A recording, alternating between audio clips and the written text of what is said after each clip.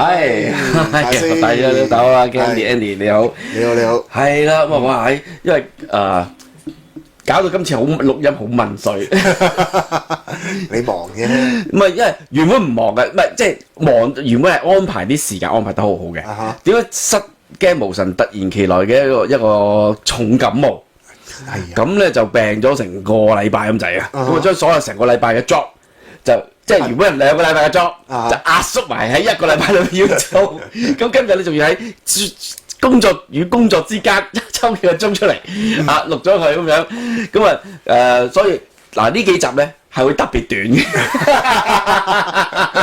因為時間有限，咁我盡量保持係30分鐘左右一集咁樣啦，盡能力去做一做啦，咁樣係咪？咁嗱好犀利啊嘛！我哋今集你見到我兩個都戴咗眼鏡，即係。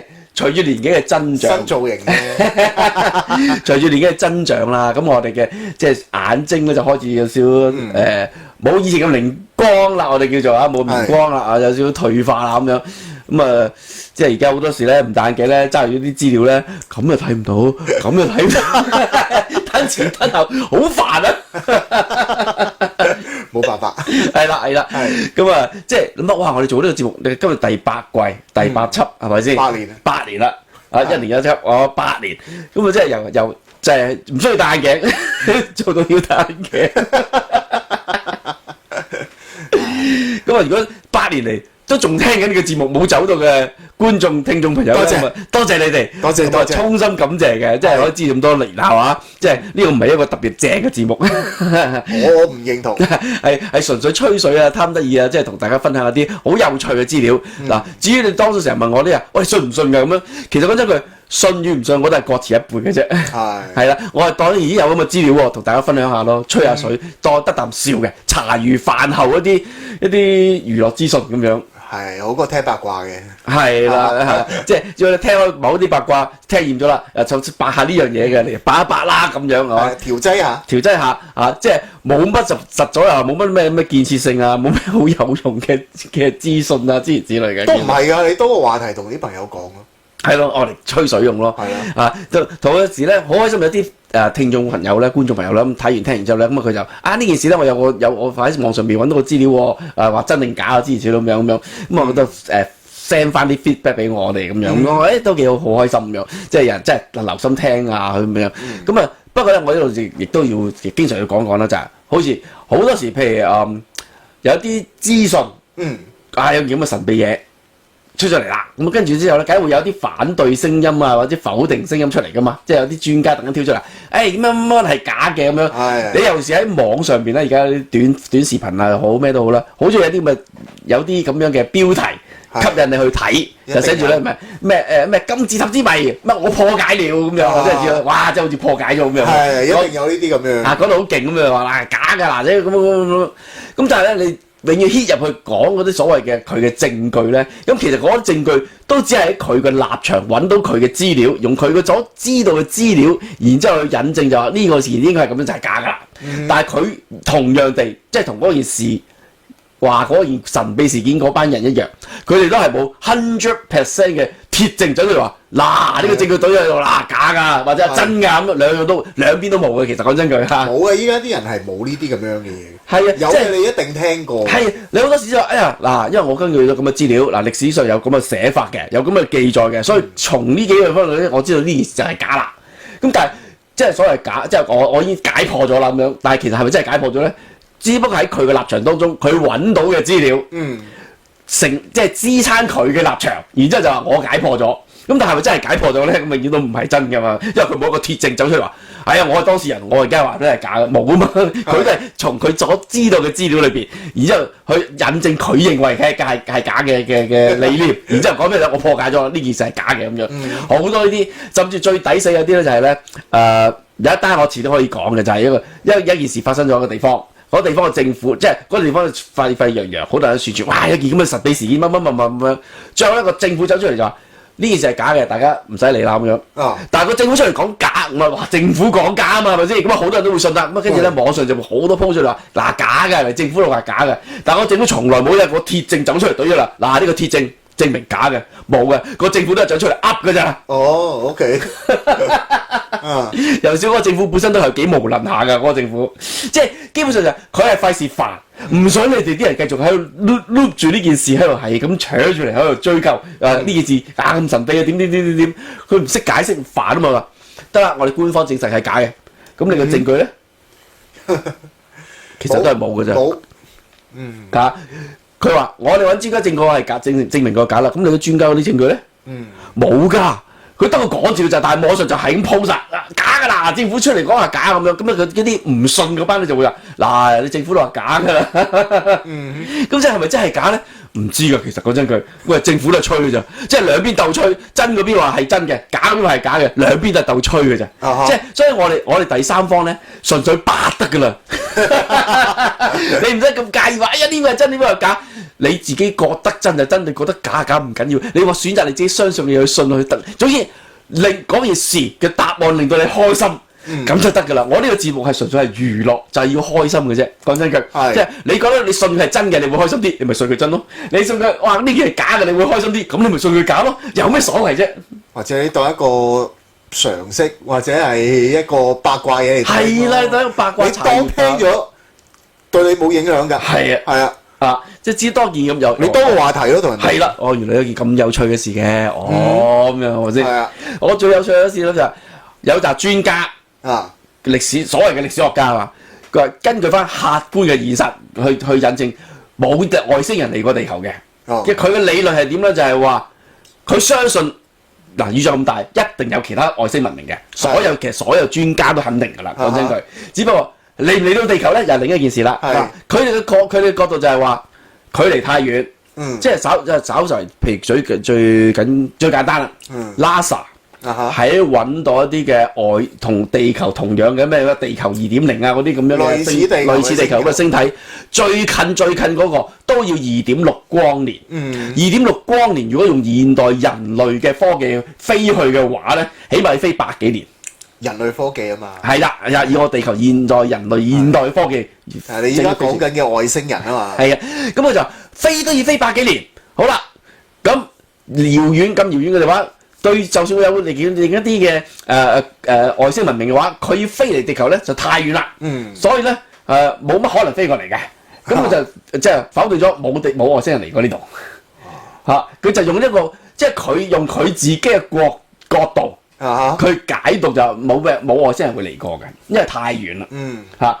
科技唔容許，亦都冇咁嘅時間花費咁嘅時間之類。因為佢係用翻地球人嗰個思維模式，佢覺得就係我哋做唔到嘅嘢，人哋都應該唔會做得到。佢咁天真啊！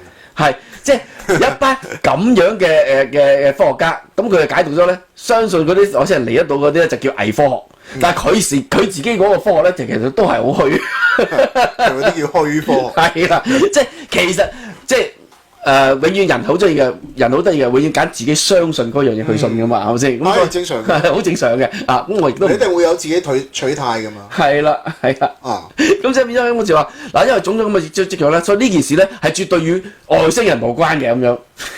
因為即係佢哋種種客觀證據，佢就話外星人係嚟唔到嘅，嚟唔到嘅話咧，咁所以咧呢件事就已經應該係冇外星人參與，就唔關外星人事嘅咁樣。咁我覺得都幾好笑啊！呢個角度咁樣咁點都好啦。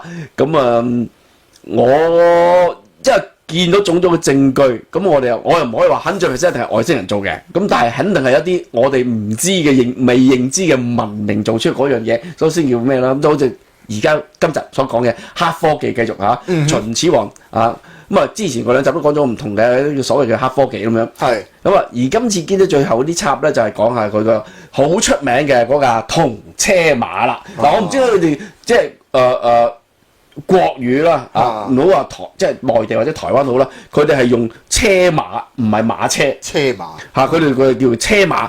咁我唔知點解，即係可能我哋即係同廣東話讀音讀嘅嘢係唔一樣啦，發音但係就算以前嗰啲書都係叫車馬㗎。好似係啊，古時咯，所以我就可能因為咁跟翻古時啲形容詞就係車馬。我哋廣東人不嬲叫馬車馬車㗎嘛。嗱佢哋叫車馬是但啦，咁就銅車馬啦。OK。咁嗱當年嚟講咧，喺1980年就開始展出呢一個嘅銅車馬啦。咁其實咧佢係因為1980年嗰時出土喺秦始皇皇陵嗰度，皇陵嗰度附近咧就係唔係未掘到底啊！以前講過啦嚇，掘唔到落個底噶嘛，係嘛？因為底嗰度暫時未有足夠嘅科技能夠保持佢唔破壞嗰個文物，然後掘到入去，暫時未做到，咁所以暫時係冇掘落去嘅，淨係用嗰啲紅外線啊、咩雷達啊、或者嗰啲乜探測啊、透視探測咁樣去車到下低，係有個倒三角鍍金字塔形嘅一個設計，裏邊有好多就係嗰個皇陵嘅內部啊咁樣諸如此類，但係冇入到去嘅因為暫時講就因為官方嘅所話解釋就係冇咁嘅能力去做到。暫時因為驚掘入去之後咧，可能會引發好多嘅崩塌啊、乜物啊咁樣，即係總之好多個技巧上面唔容許，所以暫時未掘到落去咁樣。咁但係外邊淨係面頭嗰層都掘到好多坑啊，又兵馬俑啊，又成咁啊，係咪先？咁啊，其中一 part 就話曾經1980年嘅時候咧，就出土咗2架銅車馬咁啊，呢兩個銅車馬咧就分為佢哋有個講，我哋用翻我哋聽開個馬車啊，冇車馬。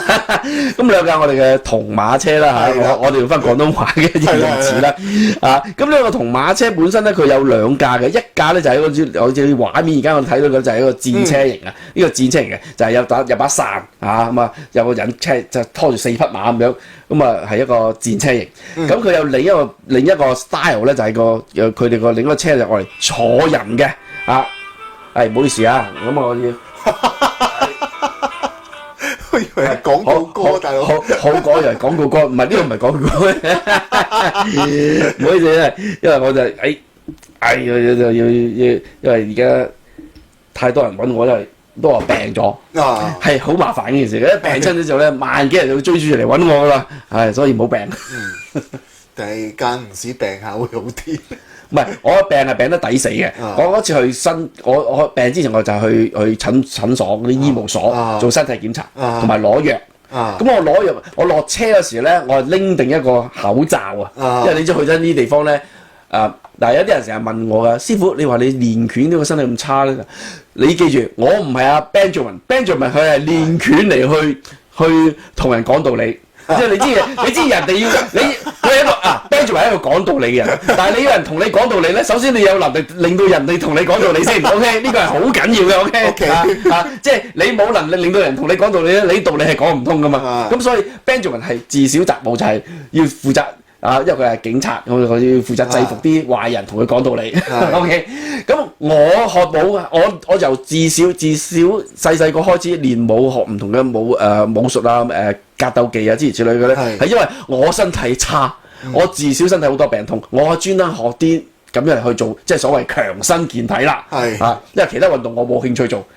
對於任何一種運動我都係冇乜興趣做嘅，sorry 絕大部分嘅運動我最中意玩嘅運動得3樣嘅啫，游水、踩單車同打保齡。細個就踩撈啦係得呢幾樣嘅啫，其他啲運動我係完全冇興趣嘅。OK， 最慘呢幾樣運動咧都可以一個人做。你諗下我係冇乜集體回憶，因為我嗰啲集體運動我多數都唔中意做嘅。OK， 係啦，咁。練拳係唯一中意嘅，咁所以我由細到大就係練拳，就係來強身健體。咁但係而家年紀大咗咧，運動量少咗，練拳亦都少咗，咁身體更加會即係變翻再差翻啦。所以我係好易中招。咁所以我去啲醫務所嘅時候咧，一般我會戴住口罩。嗰日我都係個口罩擺喺車度嘅，其實基本上，只不過喺落車拍到個位就發覺好趕時間之後咧，就砰衝咗出去，就唔記得咗戴。到我去排隊攞藥嗰時咧，我前後左右啲人喺度我心諗，咦？我口罩咧 ？Oh my goodness！ 嗱，跟住話都冇咁快，嗰日夜晚翻嚟已經開始唔舒服。跟住連續燒咗4日。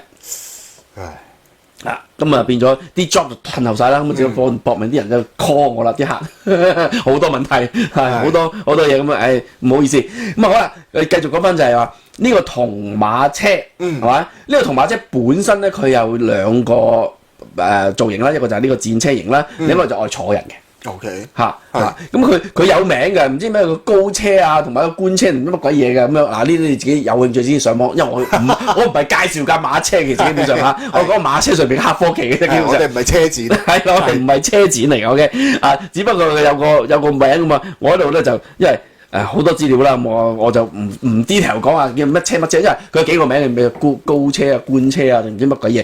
總之兩架唔同嘅車，一架就愛嚟打仗咁嘅款嘅，就係呢架面頭呢架。咁呢個另一個款咧就係嗰個，我俾埋另一個款你睇啦。咁啊，另一個款嗰個咧就應該係呢個啦。係啦，嗱呢個咧就坐人嘅。你會見到有個窿仔嘅嚇。係。我有冇個大啲嘅板咧咁樣？呢個係後邊影上去嘅咁樣，中間呢度應該係有個窿仔喺度嘅咁樣，嗰咩嚟？一個窗嚟㗎 ，OK，好啦，咁呢兩架嘢咧，咁我陣間會逐個講分析佢個黑科技喺邊度啦，OK，我先講下呢架最主要嘅馬車。其實呢架馬車上面咧，佢個出土嘅時咧，佢被拆散成3500幾件。碎晒嘅 ，LEGO 喎，真係 LEGO 嚟嘅 ，LEGO 嚟嘅。不過你諗下咁大座嘢係咪先？3500件嘢係好合情合理啦，因為佢坐喺度邊咁樣。但係呢個係實質咁大㗎。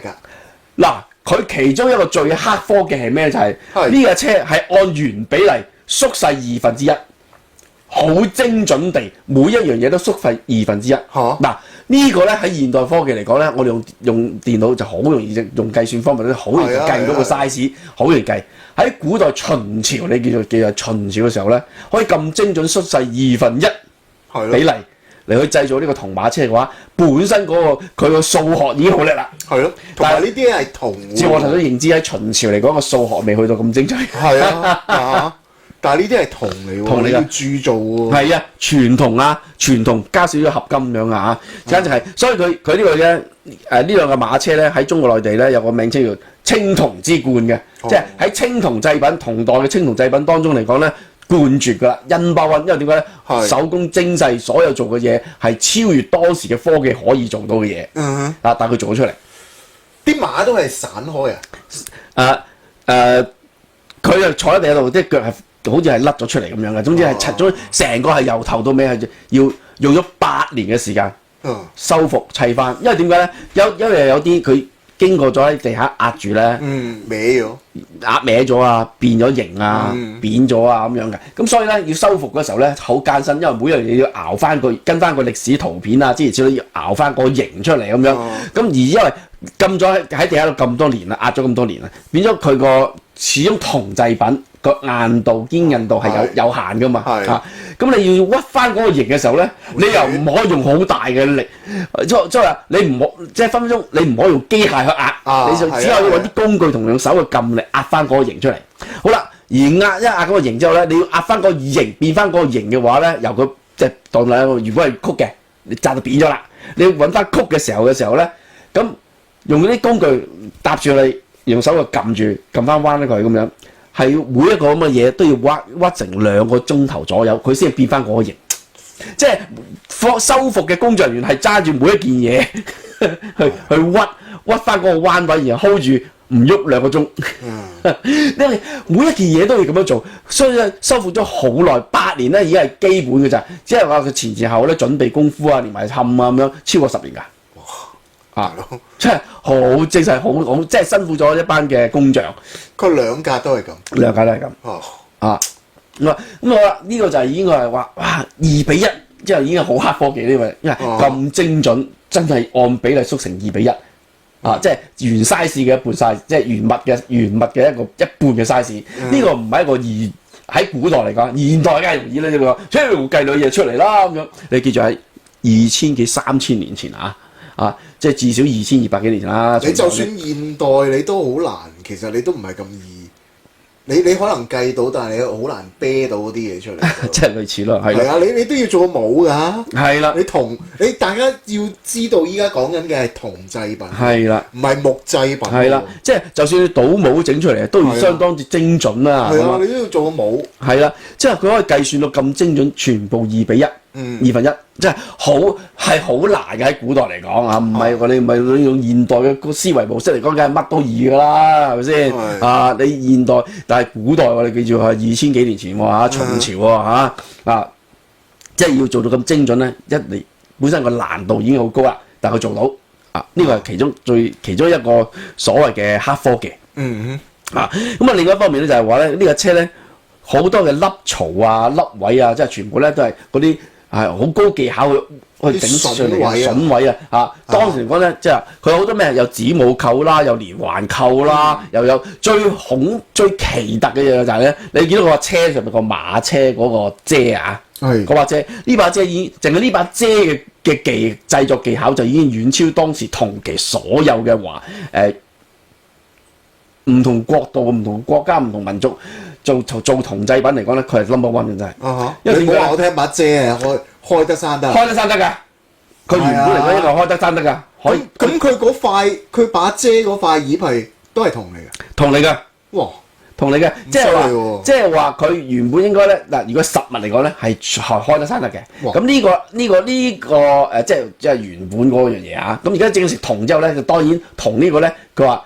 佢啲關節位依然喺度㗎，即係如果呢個上面嗰塊唔係銅嚟嘅，即係佢講啦，因為當時講古時嚟講咧，呢個都係銅嚟㗎，個遮頂都係銅嚟㗎。因為點解咧？秦始皇一次坐喺呢個車度就打仗時咧，被敵襲啊，攞石頭掉落嚟嘅時候咧，呢個銅遮係可以擋到嚿石嘅。你諗下係幾堅硬？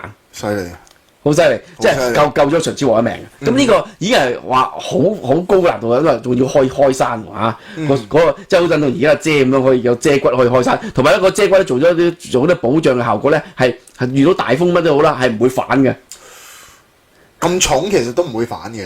咁啊係，但係即係佢預定嗰個位就係有個筍位棘咗喺度啊，棘咗啦，即係攞到嘅，係唔會咁容易反咗個遮骨上去咁樣諸如此類嘅。即係嗰個年代已經做咗呢樣嘢。好犀利啊！嚇，而成把遮嘅嗰條柄啊，個遮柄啊，裏邊係通心嘅。哇！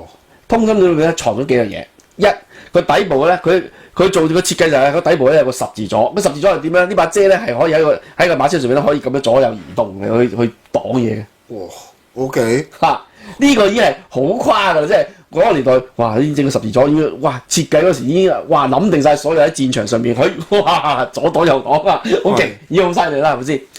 而呢個咧下邊有個卡位啊，嗰啲咁嘅所謂唔知咩機關位啊，呢啲機關位咧就係現代嚟講係好容易做㗎，但係你記住2000幾年前啊，呢啲機關係點樣？有個仔撳把遮彈出嚟，變成武器，遮棍。面上面嗰度咧一扭可以彈，即係當矛咁啊，彈尖震出嚟可以當矛用。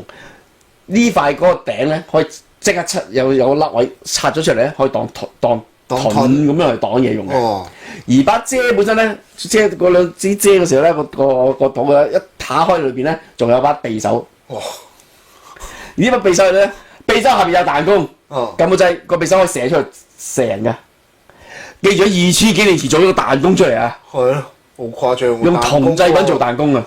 彈弓喎，彈弓喎，嗰個銅製品喎，銅製品喎，你做啊？銅製品整成個彈弓喎，2000幾年前喎，識整彈弓喎，彈匕首出嚟喎，即係所有呢啲嘢已經係一個好黑科技，你明唔明啊？即係佢諗得到，你都要做到出嚟先得㗎嘛。係嚇，因為你要控制到啲金屬嘅軟硬度嘅話，係用好多嗰個火嘅技巧。係好多啲火技巧咧，都係控火用得好犀利，同埋你需要有個火爐啦，可以叫做嚇，可以控制到溫度升高升低喎。呢個完全已經唔容易。呢個係好難做嘅。係啊，佢有啲叫準茂嘅一個接駁法，即係嗰啲。即係整細一邊整大一邊咁套落去嗰啲啦嚇，咁有啲鉚釘就係嗰啲咧，好似嗰啲而家我哋所謂嘅，即係好似螺絲釘、螺絲帽轉落去，但係另一邊咧就係又係好似個半圓形咁嘅款㗎嘛，兩邊都係半圓形㗎嘛，你唔會見到個螺絲帽咁樣㗎嘛。咁有啲佢嗰個時代已經識做呢條，即係同呢個三星堆裏面嘅青銅神樹有同樣嘅製作技巧咁滯㗎啦。之後哇，即係成膠嘢由頭到尾淨係把遮，就已經係做咗好多呢啲。當年嚟講超越晒所有人嘅認知，即係嗰個年代啲人可以識整咁樣嘅咩？仲要整到喎，有咁嘅火氣喎，有咁嘅工匠做到啲咁嘅嘢效果，呢啲全部已經係獨一無二可以見嘅，其他地方你揾唔到咁樣類似嘅設計嘅所有嘅嘢。好誇張呢個。好誇張，而佢另一方面誇張就係咩咧？佢個遮個圓啊，係一個好準確嘅圓周率。同嗰兩個碌一樣，都係一個好準確嘅圓周率。即係喺嗰個年代嚟講做到咁圓，嗰個圓周率咁勁嘅話，佢話同埋咧個遮骨咧每一個遮骨嗰個分隔咧好精準，冇偏差。每個隔咁多就係隔咁多，咁多10幾20幾條脊骨。好精準，即係你現代去用數學計算嗱，現代數學計算梗係有一個圓周率嗰啲，我唔識嗰啲啊，我唔係讀數嘅，我唔係好識，即係總之據嗰啲專家話，現代用科技去用現代嘅數學去計，好容易就知道每隔幾多個係好精準可以砌到個脊骨出嚟。係啊，但係嗰個年代係未有呢種數學系統嘅。佢用咩方法計得咁精準啊？咁樣咁啊，呢個已經係好叻，即係代表咗當時嘅秦池湖嗰時係有幾咁叻。咁但係啲咁叻咁多嘅勁人咧，後期係好似冇咗，即係冇乜傳承咁嘅感覺。你邊個做都唔知啦。咁啊係啊，有冇記載啊？冇啊，唔清楚啦，真係。因為嗰陣時秦朝佢哋做嗰啲嘢咧，全部佢會有個登記噶嘛。佢有個名係邊個做噶嘛。佢好誇張噶嘛，係啊，所有嘢就算佢兵馬俑嗰啲都係噶嘛。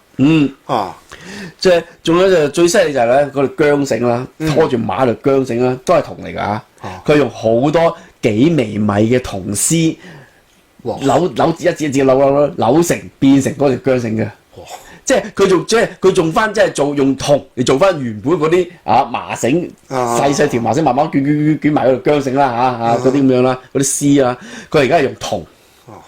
你話記住用銅拉絲拉到咁幼幾微米，呢個係好高難度嘅工作。現代嚟講好易做，但係現代嚟講都需要有好多專業嘅機械工具嚟去協助。而家我哋係用機械嘛，先可以拉到咁幼細唔斷同埋控制個火嘅溫度。而喺2000幾年前，佢用咩火器控制個溫度，控制得咁啱好，可以拉又點樣拉到咁多條咁幼細，每一條都係4微米咁樣喎，好細每一條，即係佢幾細啊？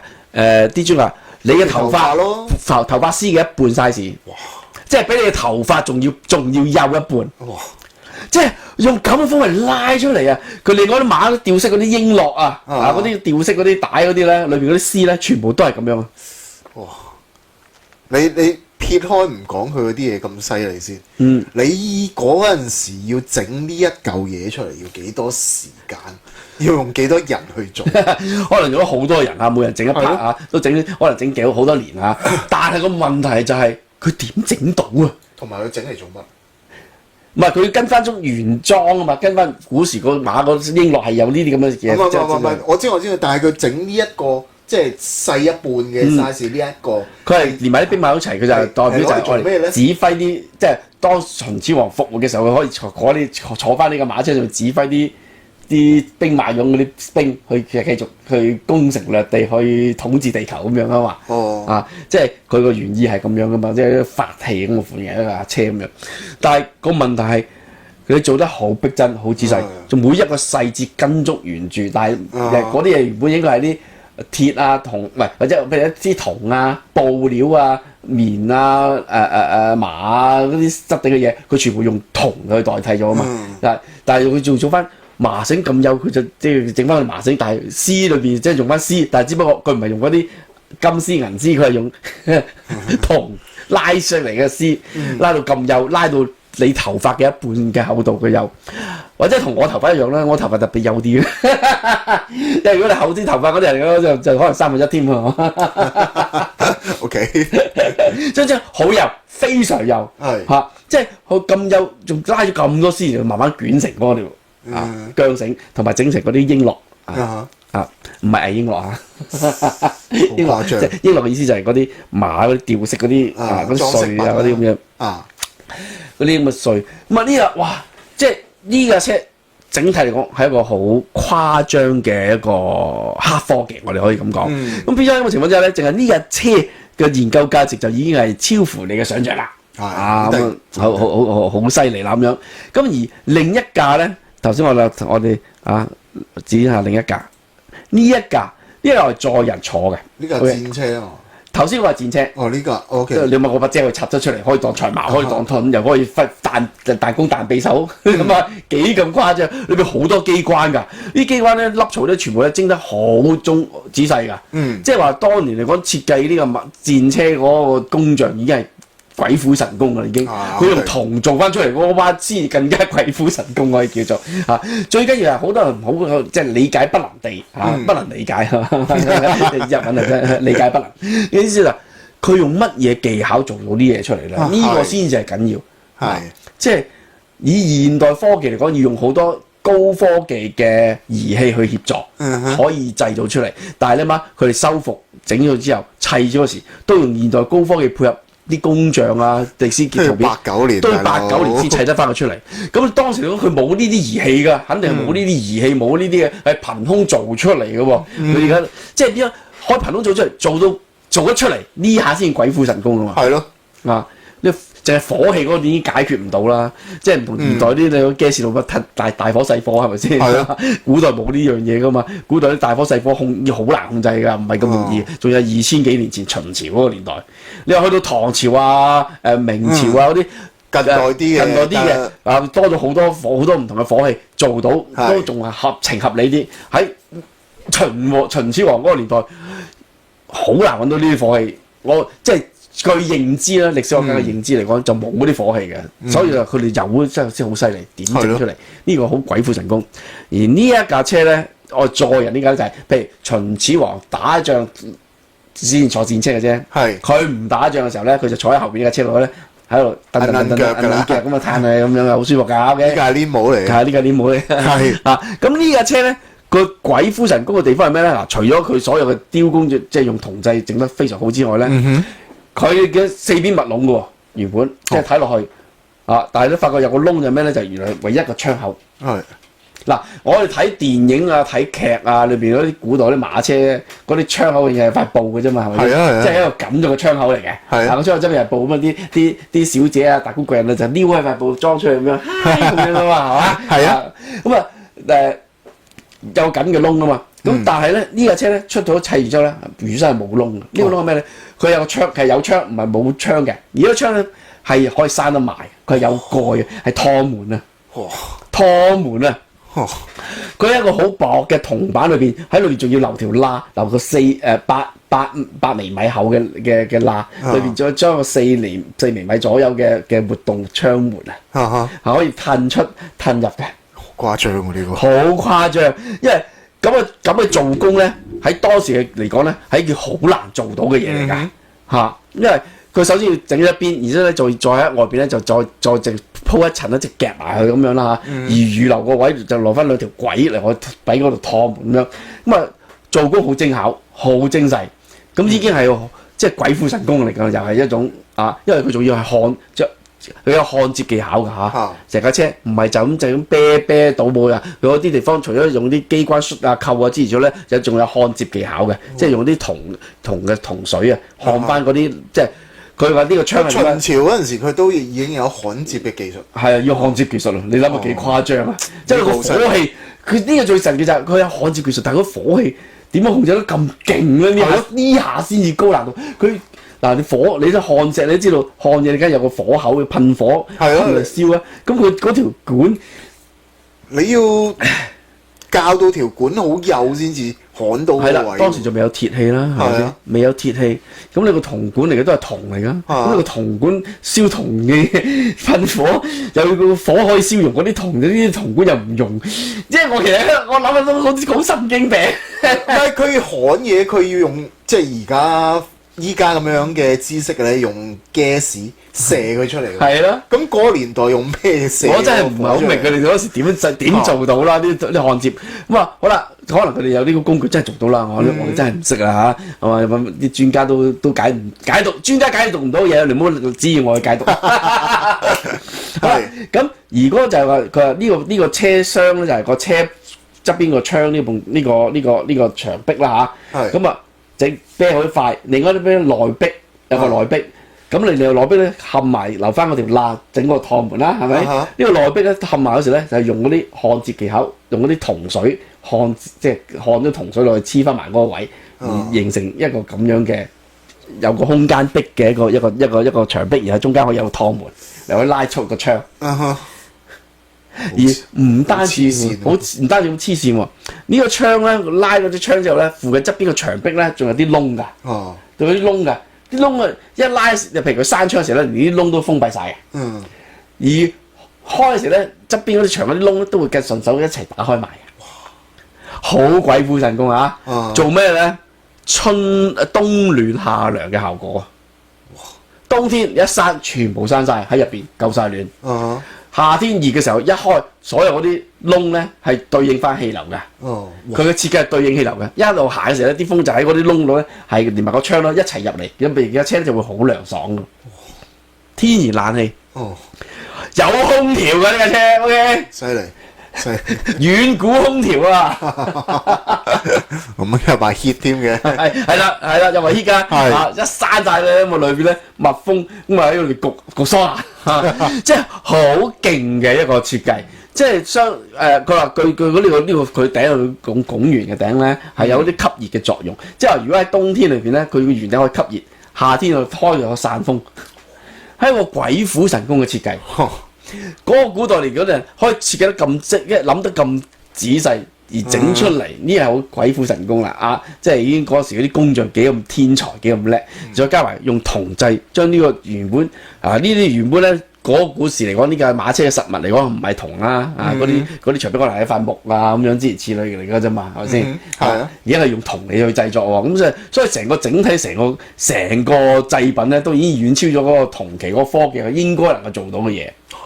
遠超晒，係咁啊！而家我哋現代嘅專家只可以解釋就話，當時啲工匠叻咯，鬼斧神工，但係佢哋始終揾唔到一個正確嘅答案，話俾你聽，佢哋當時點解可以做到咯？所以點解叫做黑科技咧？就係咁解啦。我覺得呢班專家都好叻嘅。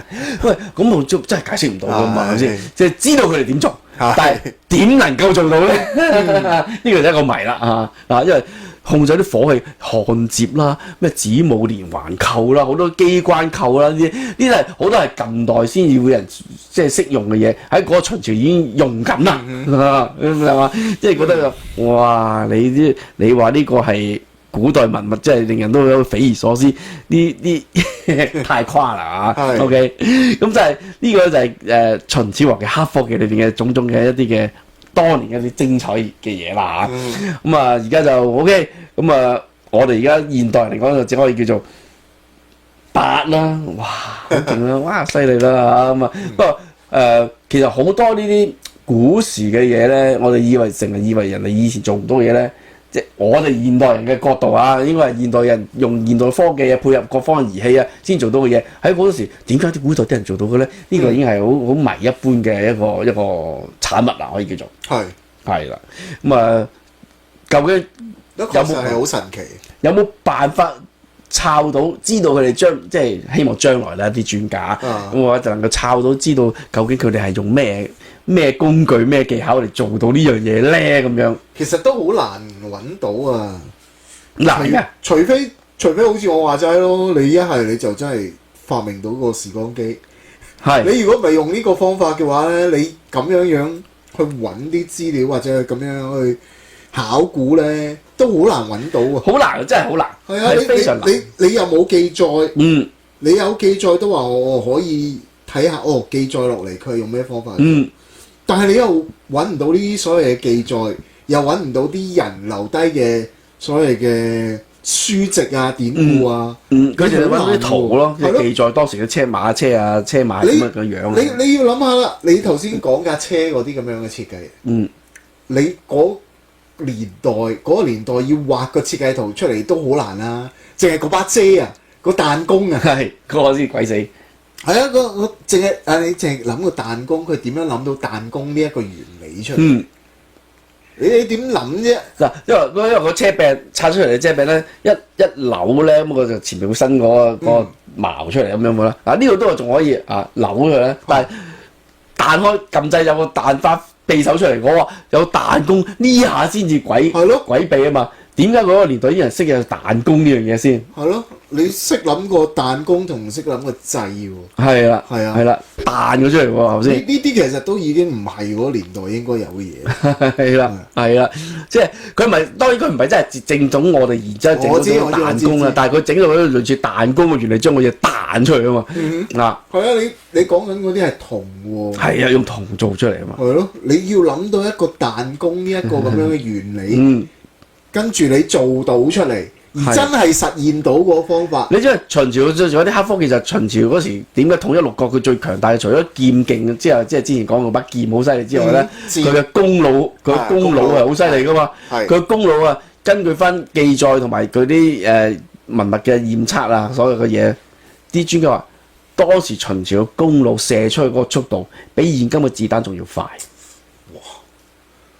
你諗下嗰個年，哇！以前年做嘅公路個射出嗰支箭嘅速度，箭速係比子彈更快。咁你諗下，好誇張㗎！誇張呢個真係好誇張。佢唔同咁佢即係有咁嘅配置都能夠統一唔到六國嘅話，你真係攞個豆腐冚死佢算啦，真係。係。唉，所以就好誇張，即係秦始皇嗰個年代咧，出咗好多好誇張嘅一啲嘅嘢出嚟，咁啊又建長城又成咁樣，啊建長城都話人力物力搭夠啊，咁但係呢啲武器設計啊、做工啊做咗出嚟，嗰下先巴閉啊嘛，咁仲要就係譬如嗰啲同兵馬俑上面嗰啲嘅顏料咧，除咗係啲高，即係而家驗證就係一啲好高嘅混合物啦，即係好啲。高深嘅混合物嗰啲嘢啦，上次講過咁啊，同埋佢仲有啲，佢有一啲類似，佢唔係就咁游上去㗎，佢類似一啲好似倒上去咁嘅款嘅。哦 ，OK，佢唔係游上去嘅，即係佢哋驗證過咧，好似電鍍咁樣，類似好似電鍍嗰款嘅嘢去將佢整上去嘅。哦，咁當然唔係用電鍍啦，即係，但係即係佢用整個手法可以保持到咁多年唔甩翻出嚟，因為佢唔係就咁游上去嘅。OK。好神奇，即係佢變咗好誇，所有 everything 嘅嘢都好誇張到就係你覺得係咪真係嗰個朝代㗎？咁當然啦，關於秦始皇嘅好多傳說啦嚇，佢又追求長生不老啦，佢又突然間就死得好似好神秘啦，又突然間病死咁樣，但係佢平時都唔似咁殘啦，係咪先？佢幾多歲死啊？係咪30幾歲？30零歲，40歲好似未夠㗎，我記得好似係。咁啊，而佢啲秦朝嗰啲古墓裏邊咧，仲有啲好得意嘅嘢嘅。喺嗰個年代咧，佢已經有揾到一啲佢嘅妃嬪啊，唔係中國人嚟㗎。唔係中國人嚟㗎。佢揾到陪葬嗰啲妃嬪裏邊咧，有個妃嬪係波斯中東嗰邊嘅樣貌嚟㗎。所以佢其中有個王子，都係陪葬㗎。因為佢呢個王子咧，據歷史記載咧，就係因為佢唔係純種嘅。混血嘅，係混血嘅，所以當時對於混血嘅人嚟講，通常係比較抗拒啲嘛，所以佢係俾其他王子所欺負嘅。所以佢揾到嘅時候咧，佢個墓嗰邊咧，個陪葬墓嗰邊咧，係嗰啲骨俾人打斷晒嘅，即係俾人打斷晒先掉落去葬咁樣即係因為佢樣咧睇翻出嚟咧係 mix 㗎，即係用電腦還原啊。即係唔係純中國人樣㗎，佢就帶有少少波斯血統嗰啲咁樣嗰啲，即係高鼻大眼嗰啲咁樣啦，咁樣㗎。咁你諗下，即係喺嗰個年代已經有同外族交流啊、交配啊、有聯繫啊咁樣，真係好犀利嘅。其實即係喺秦朝咧，好多嘢顛覆咗你嘅認知，因為嗰時仲未有絲綢之路，但係佢已經同嗰邊去到唔知係打到嗰邊定係嗰邊有啲人走咗過嚟，係完全唔知啊！即係。越研究歷史耐嘅時候，越研究歷史多咧，要發覺歷史裏邊就更加多嗰啲係好顛覆你嘅想像嘅謎團啊咁樣嘅諸如此類咁樣。咁啊希望將來有啲科學家咧有能力慢慢逐一拆解，咁等我哋就可以知多啲啦。而家我哋只係做一個吃瓜群組啊，剝下花生咁樣係嘛話食得花生其實剝花生，我食冇花生咁我吃瓜啦。總之就係旁邊學係啦，咁樣㗎幾得意啊咁樣，得個支持啦。OK，好，今集咧就我原本話錄30零分鐘，而家變咗40分鐘㗎。咁好啦，咁今集係咁先啦。咁我哋下個禮拜咧，唔係下一集。成日話下個禮拜好，而家冇咁時間，冇咁嘅時間一個禮拜集。咁啊，下一集嘅時候咧，咁啊，我哋就會同大家就去講下啲鬼怪嘢。咁今次咧就下一集咧講啲嘢就比較interesting 啲嘅，雖然我講鬼故，但係我覺得某程度上我覺得幾有趣。OK，好，我哋下一集再同大家分享其他嘅古靈精怪嘢啦。OK，我哋下次見，拜拜。